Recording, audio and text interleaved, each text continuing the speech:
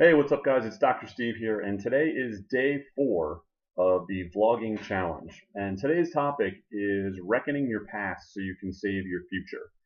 And this one is going to be tough for me because this is kind of a soul-searching, soul-bearing kind of a topic that has forced me to not just acknowledge something, but to kind of share it with you, to unburden myself with this. And this is something that I've known about for some time now, but this is going to be the first time I actually publicly share this. So bear with me. So as far as my past, what about my past has prevented me from being the person that I want to be, or having the life or having the success that I've wanted to have? Well, for me, it's been an attitude problem. And what do I mean by that? Well, I consider myself to be pretty smart. I've always done well in school. I really hadn't had to do a lot to do well in school. I was one of those kids that, studied the night before, wrote my paper the night before, didn't really spend a lot of time on homework, didn't spend a lot of time on studying, but still got pretty good grades, right? The person you probably hated in school. I was just fortunate enough to be able to do that. I had a pretty good memory.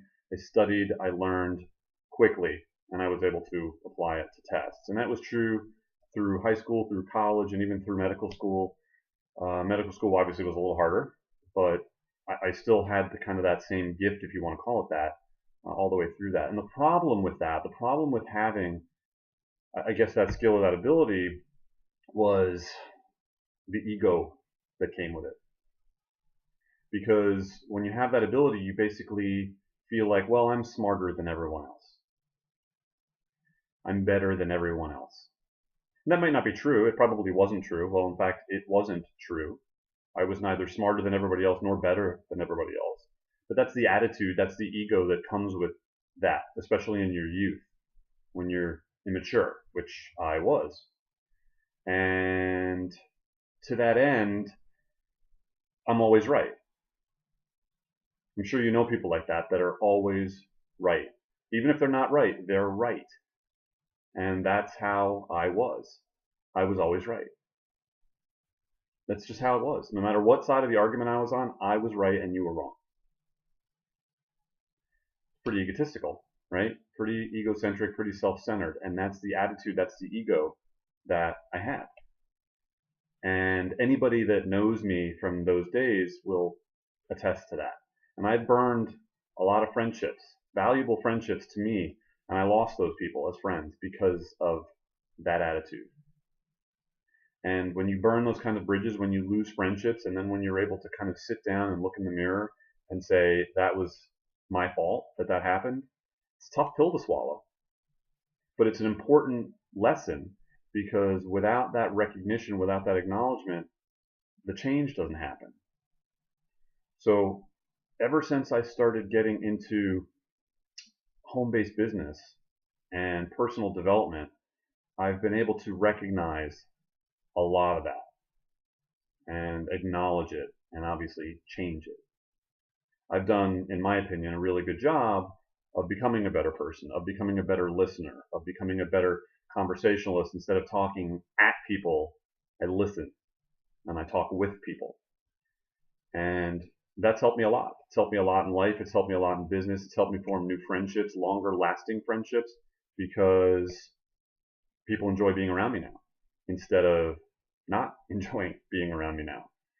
And that's really helped me a lot. It's helped me in my relationship with my wife. It's helped me in my relationship with my family and, of course, with my friends. But even in business, being able to talk with people, to be able to converse with them instead of just always coming from a posture of I'm right and you're wrong, and no matter what you say, you're not going to convince me otherwise.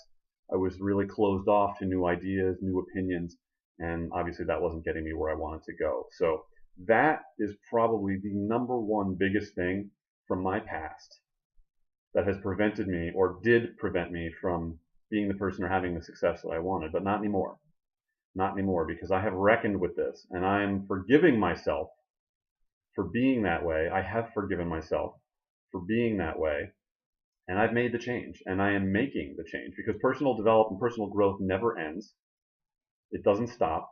And I don't intend to go back to being that person. I intend to continue moving forward, evolving, growing, and learning about life and myself, and having the future that I want to have, because I'm going to enable myself and I'm going to be open to receive it instead of being closed off. So that is day 4 of the vlogging challenge. That was a tough one. I've never shared stuff like that before with anyone else. It's always been kind of in here, but when you say it out loud, it's like, oh, like a little bit of weight off the shoulders. So don't judge me. That's just a little bit of me. So, by the way, the point of this vlogging challenge is just kind of do things like this, and obviously we get paid for doing stuff like this too. And if you want to know how you can get paid for doing these video logs or vlogging, click the link below, learn a little bit more about it, and you can do this kind of thing yourself. So day 4 of the vlogging challenge. I'll see you tomorrow.